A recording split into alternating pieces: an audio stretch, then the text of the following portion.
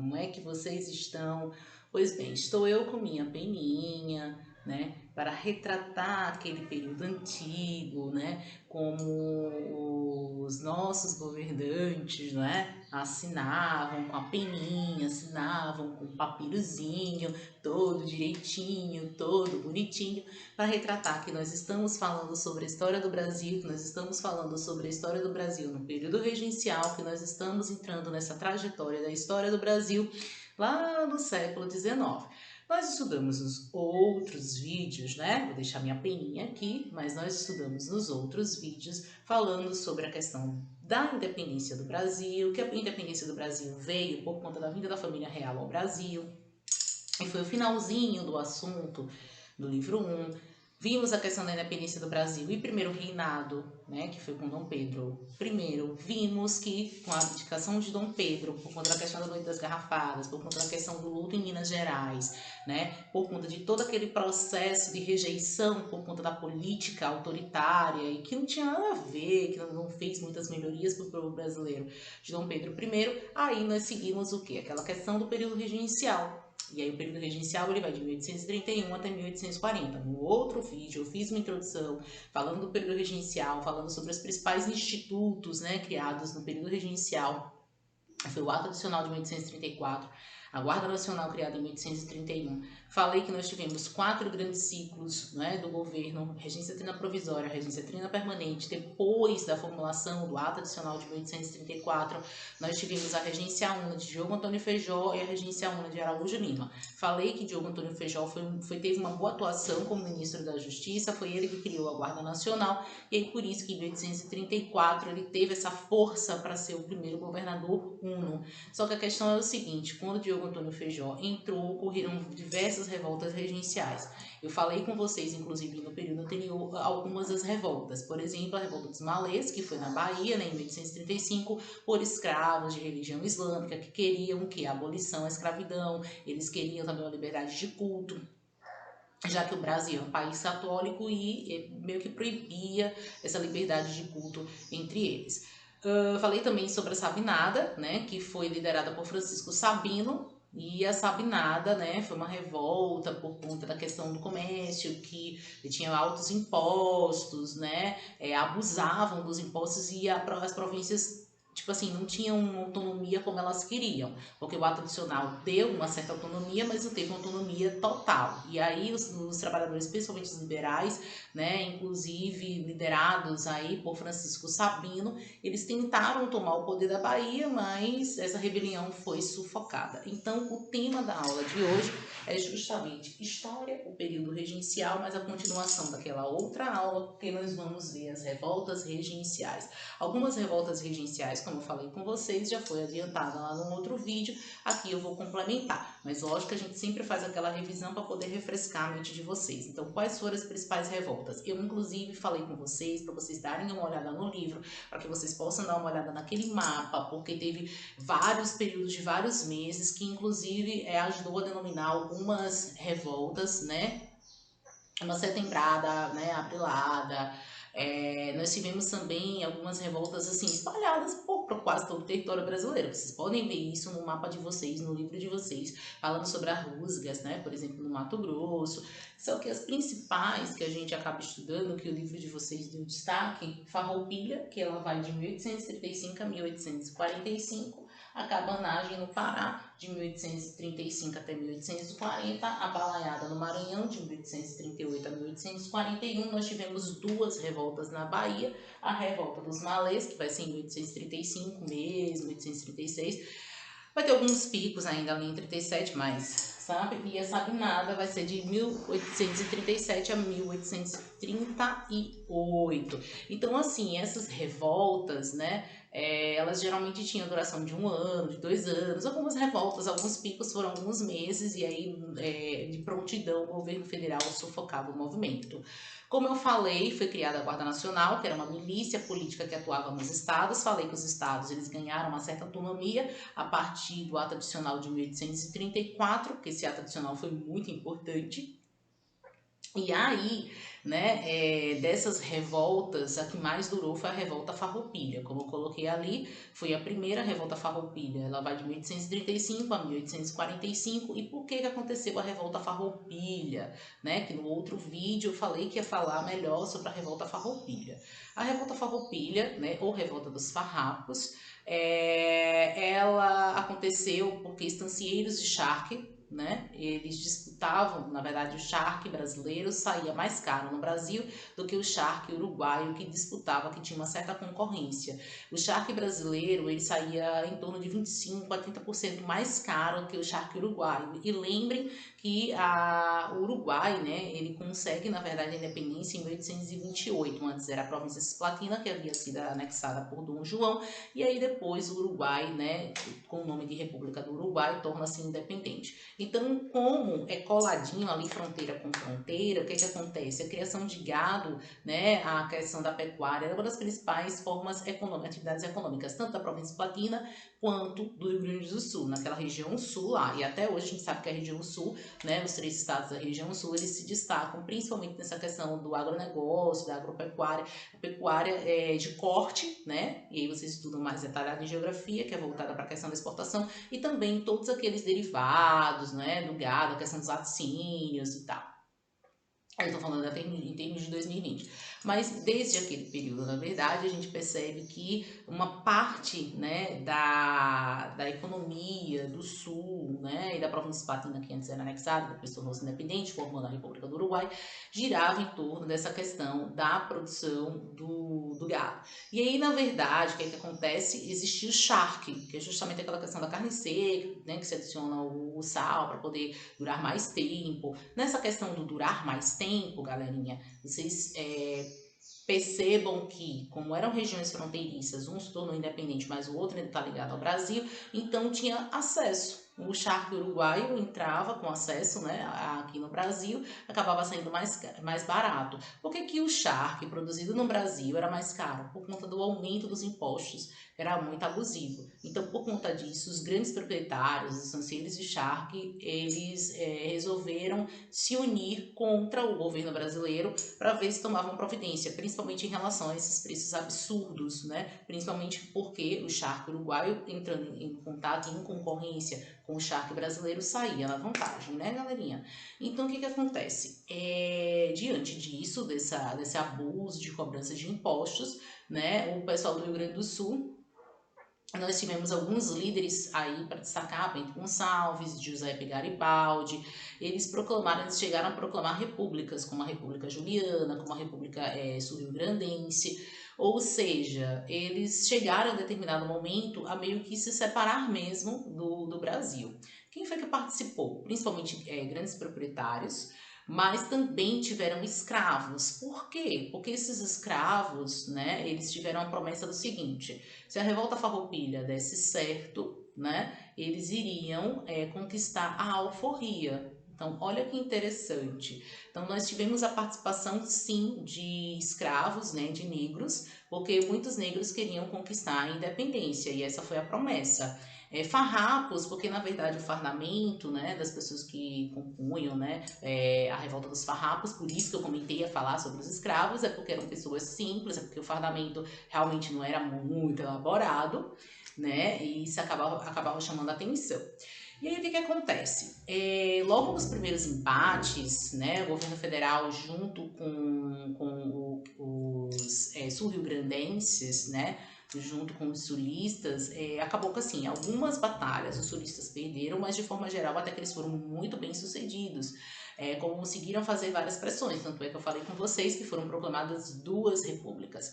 Falei sobre Giuseppe Garibaldi. Giuseppe Garibaldi foi uma figurinha junto com Anita Garibaldi, inclusive só para fazer uma ponte, tem uma minissérie importante, né, que a Globo gravou há muitos anos atrás, mas que, se eu não me, eu não sei se só está disponível no Globoplay ou para quem tem um canal fechado da Globo, tipo GNT, eu não sei. Mas se eu não me engano, tinha circulado assim em DVDs, então não sei se tem no YouTube. Mas é uma minissérie muito boa, se vocês puderem assistir. né? Perguntem aos pais de vocês, vai que de repente algum pai ou algum parente de vocês assistiram. A Casa das Sete Mulheres retratava justamente mulheres importantes no Sul, que se destacou principalmente nessa questão da revolta farroupilha. E Anita Garibaldi foi uma dessas grandes, né? Que era casada com Giuseppe Garibaldi. E Giuseppe Garibaldi já tinha, na verdade, experiência, tá? Com revoluções, porque ele havia lutado na Batalha da Itália. Nós vamos ver lá na frente que um dos últimos países a se formar foram justamente a Alemanha e a Itália, que eles passaram por um processo de unificação. Nós vamos estudar um conteúdo lá na frente chamado Unificação Italiana e Unificação Alemã, no qual a gente vai escutar sobre Giuseppe Garibaldi. Giuseppe Garibaldi já tinha essa experiência em conflitos, né? Ele já tinha participado de várias batalhas militares, né? Lá na Itália. E aí ele vai ajudar justamente na Revolução Farroupilha. Inclusive, esse conflito teve 10 anos, lógico que não foram 10 anos ininterruptos, tinha algumas paradas, mas foi a revolta que mais a gente pode dizer assim, destacando que foi a que mais teve sucesso. Por quê? Porque eles conseguiram conquistar várias batalhas e no final o governo brasileiro não conseguiu, o governo brasileiro saiu com dívidas, perdeu vários homens em campo de batalha, estava fazendo dívida, né, gastava com suprimentos, com armamentos, e aí a saída do governo brasileiro foi em 1845, dar uma trégua, reconhecendo sim a vitória dos farroupilhas, mas assim, o acordo é que o Sul seria reintegrado ao Brasil, né, fazendo parte do Brasil, mas em compensação iriam ser diminuídas as taxas, né, no preço do charque. E aí, tudo que os farrapos, na verdade, eles quiseram, né, meio que eles entraram em acordo e conseguiram. Em 1845, então, teve a chamada Paz de Ponte Verde, que foi esse acordo que selou realmente a garantia aos sul-rio-grandenses de realmente conseguir a diminuição do preço do charque, de ter maior liberdade de comércio. Inclusive, alguns escravos, os que sobreviveram, eles realmente conseguiram alforria. Alguns, na verdade, não, porque alguns dos componentes que haviam prometido isso para os escravos meio que enganaram. Mas uma parte de escravos, sim, conquistaram a alforria nesse período, porque aqueles, né, que sobreviveram e com a revolta farroupilha realmente teve um sucesso, aí podemos dizer que foi a que mais saiu em saldo positivo, eles conseguiram, né, o que eles queriam. Então, realmente, as tropas federais ficaram cansadas e os farroupilhas conseguiram o que eles queriam. Bom, esse final, né, da Revolta Farroupilha foi com a assinatura da Paz de Ponte Verde. Em relação à cabanagem no Pará, nós tínhamos os chamados cabanos, uma população muito pobre, né, do Pará, que eles reivindicavam melhores condições de vida. Por quê? Porque, na verdade, né, por cada, assim, atividade econômica, que eram pessoas muito simples, então as atividades econômicas praticadas também eram muito simples, eles ganhavam muito pouco. Só que existia um aumento muito grande de impostos, uma cobrança muito grande de impostos. Então, por conta disso, essa população mais pobre, ela vai se unir contra o governo federal, né? Podemos dizer assim que teve uma certa vitória, porque durante um período curto, né, eles conseguiram algumas das reivindicações que eles queriam em termos dessa melhoria de condições de vida, mas depois as tropas federais sufocaram o movimento e não deu certo. A mesma coisa nós podemos dizer em relação à balaiada no Maranhão. A balaiada no Maranhão, né, que tinha como componentes, né, podemos dizer assim, os balaios. Balaios por quê? Porque, na verdade, essa população pobre, que também sofria muito, assim, pressão, alta de impostos, né, e assim, a produção agrícola, por exemplo, o algodão, os cestos do balaio, eles tinham que produzir muito, eles recebiam como salário pouco, e era cobrado muitos impostos. Além disso, eles não tinham muita autonomia em termos de comércio, mesmo sendo, mesmo o ato adicional em 1834, meio que assim, trouxe um pouquinho, R$ 1, né, de autonomia, mas de forma geral a gente pode dizer, né, que ainda o comércio estava muito ligado à questão federal. E aí os balaios, desculpa, a gente está na balaiada do Maranhão, eles queriam maior autonomia no comércio. Então, eles quiseram, na verdade, fazer uma separação, né, em relação ao Brasil. Eles quiseram formar um governo mais autônomo. E, realmente, o Maranhão, ele conseguiu, por alguns meses, né, com articulação da população, né, Pois foi muito curtinho o período, um período um pouco, assim, com as ideias populares, tá? Mas no final também as tropas federais vai sufocar o movimento, né? Nós vamos ver os irmãos, né, Cosme lutando, né, nesse movimento, assim, junto com o Cara Preta, só que depois que o movimento que ele foi descoberto, as tropas federais sufocaram rápido esse movimento, tá? Eles não tiveram sucesso, eles não tomaram poder durante muito tempo.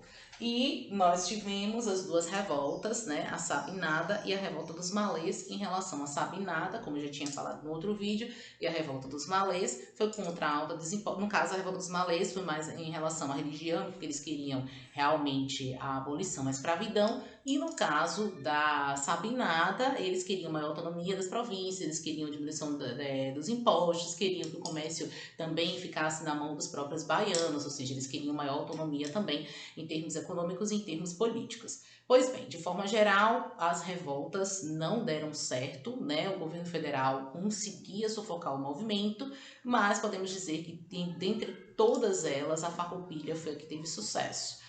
Bom, como é que nós podemos sintetizar esse conteúdo sobre o período regencial, sobre as revoltas regenciais? Podemos sintetizar da seguinte forma: o governo de Diogo Antônio Feijó, ele foi de 1834, pelo ato adicional deveria ter eleições de 4 em 4 anos, né? Pelo ato adicional não seriam 4 poderes, mas apenas 3 poderes, executivo, legislativo e judiciário, porque se nós não tínhamos imperador, não tinha por que manter o poder moderador. E aí, a primeira regencial umana foi de Diogo Antônio Feijó, deveria ocorrer eleições de 4 em 4 anos. Diogo Antônio Feijó, ele entra em 1834, só que quando chega em 37, galera, ele não consegue sustentar o governo. Por quê? Porque, na verdade, ele tinha uma linha muito autoritária, né? Ele teve uma certa autonomia das províncias, sim, mas foi certa, como eu falei, não foi uma autonomia total.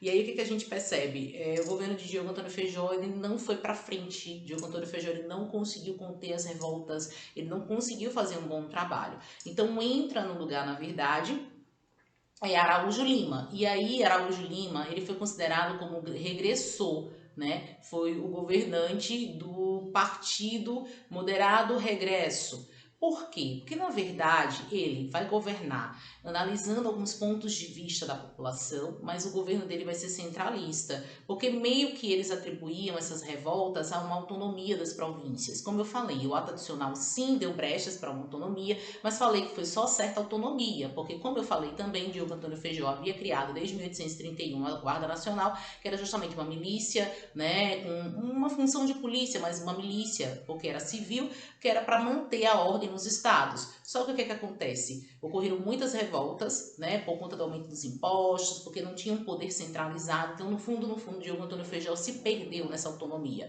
Então, quando Araújo Lima entra, né, como esse regressor, ele vai... Por que regressista? Porque ele vai meio que voltar a uma política de centralização. Então, ele vai novamente querer centralizar tudo, né, para os estados. Então perceba que pela ato adicional de 1834 foi dada uma certa autonomia para as províncias, só que as províncias se aproveitaram disso porque eu falei que era uma certa, ou seja, a autonomia era camuflada, e realmente os estados como Bahia, por exemplo, Maranhão, como Grã-Pará, eles queriam, na verdade, uma autonomia muito maior, porque existia um abuso, né, na cobrança dos impostos por parte do governo federal, e mesmo assim, né, com essa autonomia mínima, né, Diogo Antônio Feijó, ele não conseguiu sustentar no poder. Em 1837 ele vai ser substituído por Araújo Lima, que aí sim Araújo Lima vai entrar, vai resolver uma série de revoltas, tanto que se a gente for ver até pela própria data, como por exemplo na Sabinada, que terminou em 1838, a gente percebe que, por exemplo, aqui no Grão-Pará, o Maranhão, meio que está dentro da cronologia.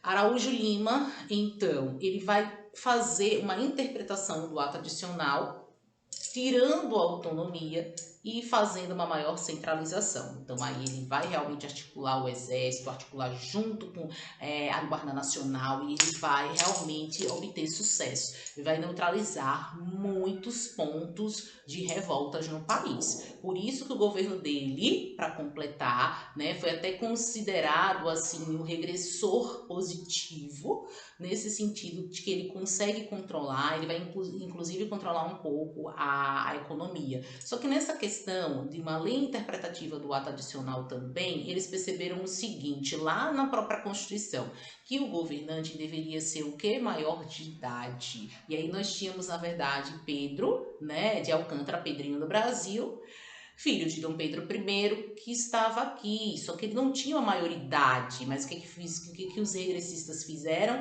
Eles fizeram um golpe, né, o chamado golpe da maioridade, e anteciparam a maioridade de Dom Pedro II, que foi assim o título, para que tivesse um imperador, porque eles perceberam, tem que ter um poder centralizado na figura de um governante legítimo, para que a ordem seja restabelecida no país. Então, esses regressistas, né, entraram em concordância e anteciparam. Então, ao invés de 18 anos, Dom Pedro II começou a governar com 15 anos incompletos, com 14 anos. Imaginem vocês, do oitavo, que estão mais ou menos nessa faixa etária, chegar a um grupo de político e dizer assim, vocês com 14 aí, vocês com 15, tá acontecendo uma parada aí no Brasil aí.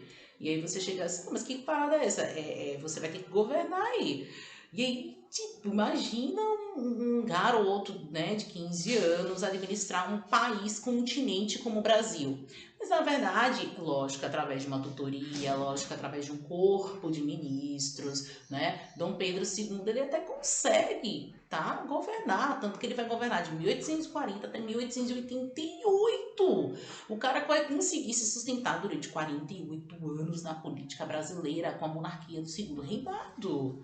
Então, responsa, né? É essa responsa que a gente vai ver a partir dos próximos vídeos. Beleza? Revisem aí o período regencial, porque o período regencial a gente divide em dois grandes blocos, né? O período regencial a gente divide na parte política, duas regências trinas, regência trina provisória, regência trina permanente, duas regências una, a regência una de Diogo Antônio Feijó de Araújo Lima. A gente fala sobre os principais institutos criados, não é? Como a questão da Guarda Nacional, como a questão do ato adicional, né, de 1834. A gente fala também sobre a própria organização do Código Jurídico, que eu falei isso para vocês. E depois a gente vai dividir o outro grande bloco, que são as chamadas revoltas regenciais. Ocorreram muitas revoltas. Vocês podem ver, inclusive, no mapa do livro de vocês. Mas as principais revoltas: Farroupilha, Cabanagem, Balaiada, Malês e Sabinada. Isso também é extremamente importante, pessoal do oitavo, que vocês tenham em mente. E a terceira parte, que na verdade está acoplada nos dois grandes blocos, é a finalização que eu falei com vocês do governo de Araújo Lima, que foi um governo mais centralizador, que foi aquela questão do poder do regresso, que ele faz a lei interpretativa, né, do ato adicional de 1834, que ele vai realizar o golpe, junto, na verdade, com o corpo, né, de partido político, ele vai criar o golpe da maioridade.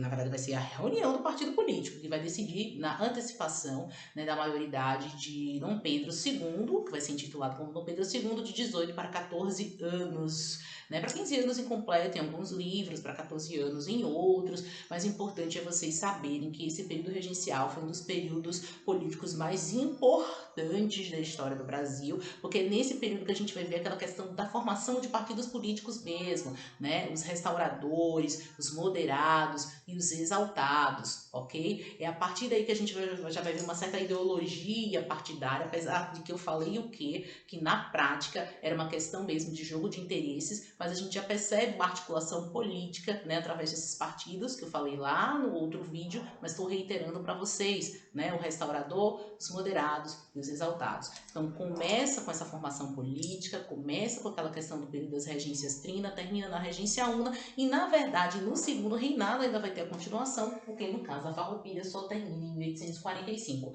E como eu falei, no segundo reinado vai começar de 1840, através do golpe da maioridade, que foi aquela antecipação da idade de Dom Pedro, e vai até 1888. Então, na verdade, quando Dom Pedro II entra, ainda nós vamos ter a Farroupilha, tá ali acabando a cabanagem e ainda nós vamos ver a balaiada no Maranhão.